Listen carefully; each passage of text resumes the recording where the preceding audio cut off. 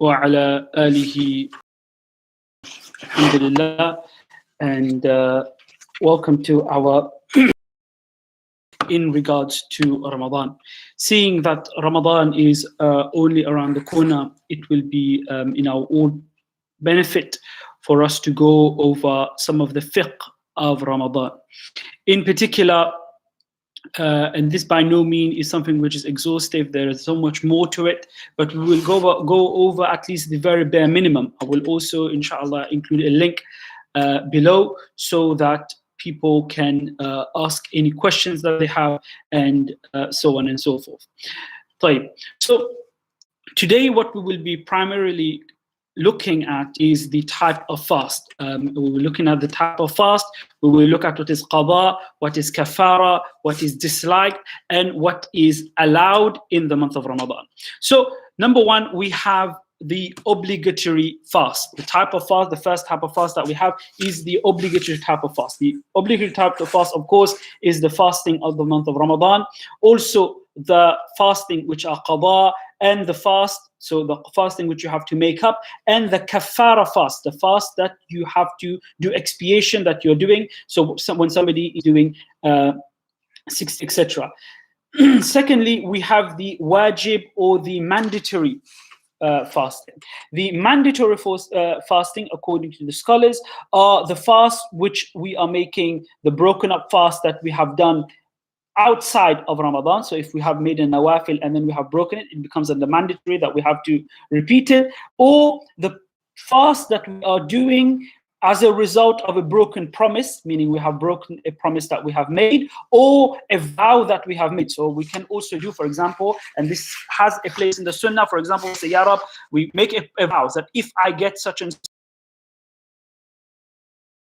for Muslims to stop our bad habit, for us to our bad fast and the ended fast, the fast which are Muslim, they tend to overlap. So for example, we could say Ashura, the day of Ashura, when is a Sunnah fast, is the 6 days of Shawwal, are also Sunnah and they are recommended.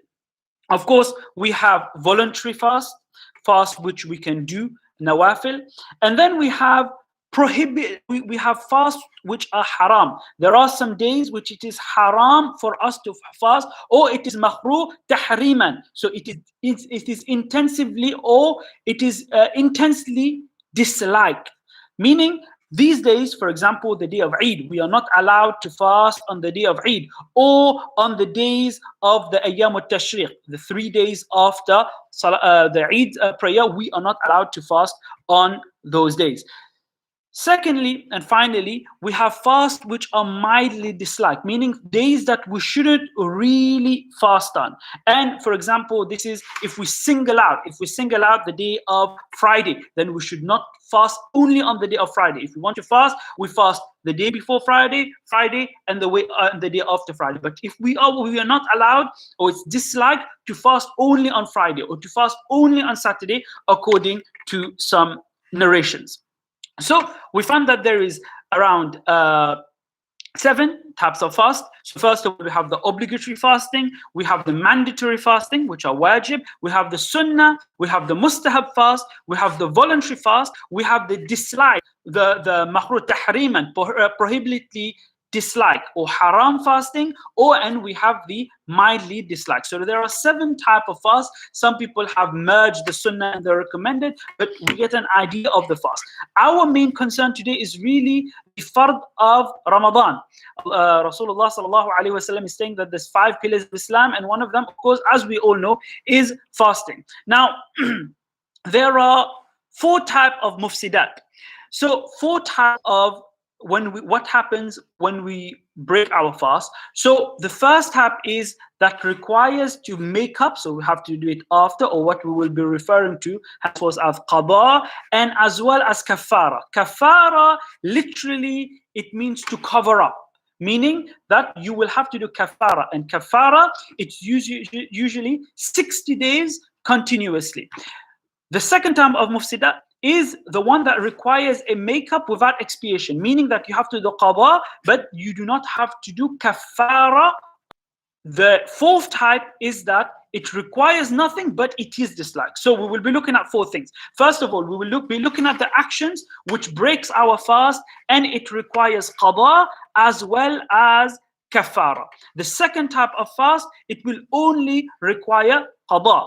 The third type of actions that we will be looking at, they require nothing, neither are they disliked. And the final one that we'll be looking at is that we do not have to do qada or kafara, however it is disliked. So let us look at the things which requires qada, makeup, as well as expiation, as well as kafara. And really this is three things that we can say major. Okay, three things. Yani, if one eats something of nutritional value, meaning that it is something that people has eaten, or something for yani people eating something, or somebody eats or drinks something on purpose, or somebody has sexual intercourse on purpose, then they will have to do kafara, meaning he will have to fast 2 consecutive months. If he's genuinely unable, he must feed 60 people. Understand this, my dear respected brothers. You cannot do kafara by feeding people if you can fast. You have to do the fasting of 60 days. Only if you cannot do the 60 days, then you can fast 60 poor people. So if somebody eats, drinks, or has sexual intercourse on purpose, they will have to do kafara, meaning on purpose. However, if it's done by mistake, then no action is required. One of the things which I have to add is not you will find it only in primarily modern fiqh book, is that smoking comes into it. Of course, if somebody cannot resist the urge and they cannot resist the addiction and they smoke inside of Ramadan, they will have to do kafara because they are willingly breaking their fast. And smoking, as unanimously is agreed by the scholars, it is something that breaks the fast. So the things that makes up kafara, it is if one eats or drinks something of nutritional value, or something for medicinal purposes, meaning, for example, if you're not ill, you're not breaking your fast, but for example, you're having, I don't know, you're having a tisane, or you're having green tea, or whichever it is, for medicinal purpose, or you have sexual intercourse on purpose, you will have to do kafara. Now, the second types of action, it will only require qada, meaning to make up that fast, and it will not require expiation. It will not require kafara. So if something which is not normally eat, for example, there's a stone, or the stone of a date, the pit of the date, okay, and that enters your mouth, accidentally swallow it, that will break your fast, and you swallow, excuse me, and that will break your fast. However, you will not have to do kafara for it. That will break your fast. However, you will only have to make it up again. If you break the fast for a valid reason, meaning you are ill, you have become very ill, you have become extremely ill, and you've had to go to doctors, or you have to take a medicine, and you break your fast for that reason, then you will have to do qada. There is no kafara. And this is not in regards to Ramadan, but still we should mention it. If, for example, you eat in daytime for a fast which you did not make the intention before Fajr, you will only have to do qada for that. So, for example, if you break a nawafil fast, then you will have to do qada for it. If somebody ejaculates due to touching or expiation, if somebody pours water into the cavity of a person sleeping, if somebody pours water, and finally, if you vomit deliberately, Rasulullah sallallahu alaihi wasallam is saying that if someone has a sudden attack whilst he's fasting, then no kafara is required. He only has to do no kafara is done. So if it's sudden, no kafara is done, no atonement is required from him. But if he vomits intentionally, then he must do qada. So if you vomit and you cannot help yourself and you just vomit, your fast will not even break. You will just carry on. However, if you vomit deliberately and you make yourself vomit, then you will have to like the Prophet sallallahu alaihi wasallam is saying, that he does kafara afterwards. Now, finally, we will look at things that requires nothing, yet it is disliked. It is disliked for us to do. So, for example, if somebody takes some food without having a valid excuse, without swallowing it, it will not break their fast, yet it is disliked. It is not good for it. If somebody kisses their spouse while not feeling secure, so they feel that they won't be able to control their desire and they might go further than this, then this is disliked. It is not haram, but it is disliked. However, you do not have to do qada or kafara for this.